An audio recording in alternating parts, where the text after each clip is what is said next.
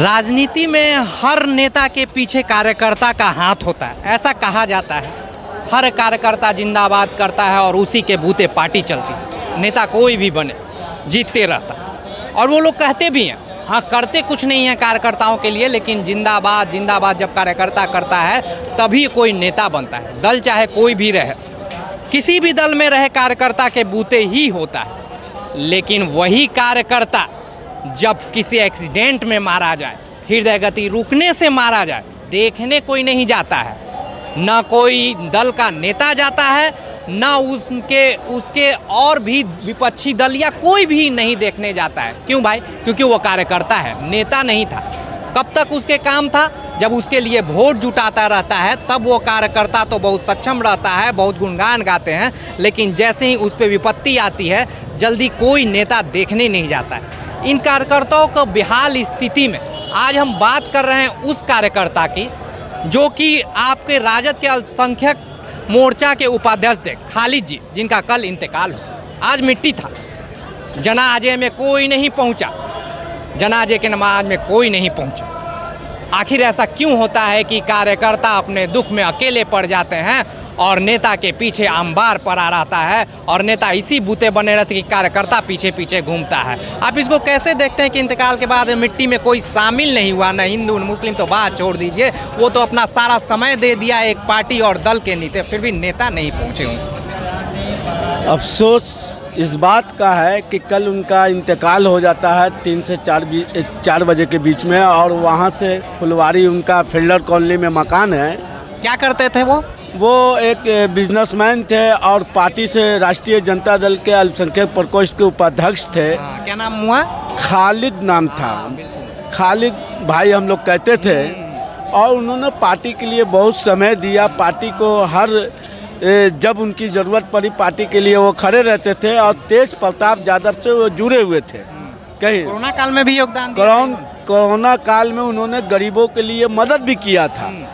मगर आज जिस नज़ारा कल से और आज तक में लगा, हम तो हिल गए अंदर से कि पार्टी के वर्करों के साथ जो पार्टी के लिए खून पसीना बहाए, हर तरह का इंतजाम करे, आज पार्टी का जो नेता हमारे हैं उनके साथ खड़े नहीं दिखे। इस पर हमको अफसोस होता है। इस लोकतंत्र में जिस तरह से पार्टी वर्करों को इस्तेमाल लोग करते हैं, तो ये जागना होगा और अंदर आत्मा की आवाज़ को बाहर लाना होगा सभी लोगों को।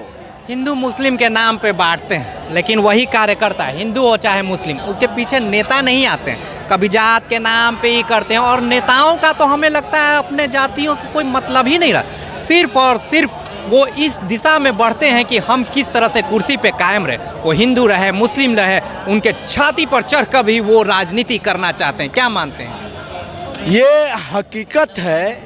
इस चीज़ को परिवर्तन करना होगा। इस लोकतंत्र में जिस वोट के जरिए हम एक अच्छी सरकार चुनने की कोशिश करते हैं, एक अच्छे कैंडिडेट चुनने का कोशिश करते हैं, उसी वोट के जरिए हमको चुनना होगा। एक अच्छी सरकार, परिवर्तन लाना होगा, मानसिकता चेंज करना होगा।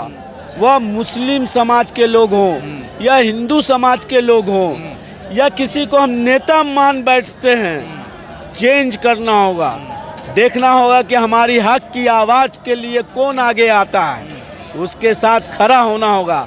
आज खालिद के जनाजे के नमाज के दरमियान में राष्ट्रीय जनता दल के या तेजस्वी प्रसाद यादव हों या लालू प्रसाद यादव हों या फिर तेज प्रताप यादव हों, चूँकि राजद से जुड़े हुए थे, तो एक भी नेता, प्रमुख नेता या प्रदेश अध्यक्ष जगदानंद सिंह हो, तो वो लोग वहाँ खड़े नज़र नहीं आए। तो कहीं ना कहीं मुसलमानों का इस्तेमाल वर्करों का होता है, तो होशियार होने का वक्त आ गया है। होशियार हो जाइए। हम लोग खून पसीना यूँ बहाते रहेंगे, हमारा इस्तेमाल यूँ ही होता रहेगा और नेता लोग सत्ता सुख भोगते रहेंगे।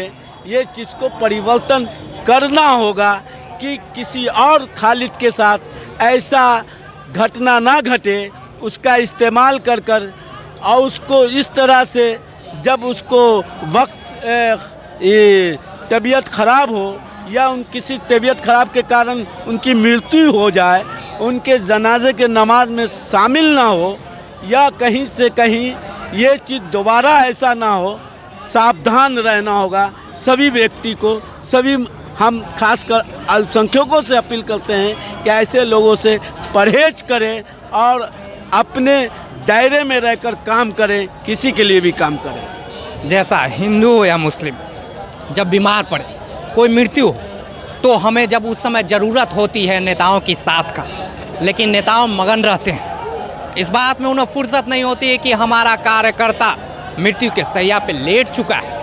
हमें ज़रूरत थी ढाढ़स बनाने की उस परिवार को, लेकिन हम बटे रहते हैं, चलो तो कोई मुस्लिम मरा, चलो कोई हिंदू मरा। लेकिन वो सिर्फ और सिर्फ कार्यकर्ता था, उस पार्टी का कार्यकर्ता था जिसने अपना समय दिया। उसमें हिंदू के नाम पे बांट देंगे, मुस्लिम के नाम पे बांट देंगे, और वो नेता न उनको मतलब होता है हिंदू से न मुस्लिम से, सिर्फ और सिर्फ राजनीति करने रहती है। लेकिन हम कार्यकर्ता इतने आक्रोश में आ जाते हैं कि नहीं, हमारा नेता हिंदू का बात कर रहा है, हमारा नेता मुस्लिम का, जबकि वो सिर्फ और सिर्फ अपने सत्ता की बात करता है। जागृत होना होगा हर हिंदू को, हर मुसलमान को, हर अल्पसंख्यक को और हर समुदाय को सोचना होगा अपने बारे में, नहीं तो ऐसे ही नेता आपको लूटते रहेंगे और आप सिर्फ हिंदू मुस्लिम जाति में बढ़ते रहेंगे। आपको सोच समझ के अपनी बातों को और मतों को अधिकार करते हुए अपने नेता को चुनना होगा। उन्होंने एक बात और कहना मैं भूल गए, उन्होंने जिस परिवार के लिए ख़ास तौर से खड़े रहे वो मरहूम सांसद शहाबुद्दीन के परिवार से जुड़े हुए थे, नज़दीकी से थे। उनके परिवार से भी कोई शामिल नहीं हुआ, इसका भी दुर्भाग्य है। हिंदू हो या मुस्लिम, एक उम्मीद के साथ दल में जुड़ता है, लेकिन कार्यकर्ता को यहाँ बना दिया जाता है कि जब भी कोई पार्टी का, कोई संगठन का कार्य हो तो आप जिंदाबाद जिंदाबाद करने के लिए लगे रहो।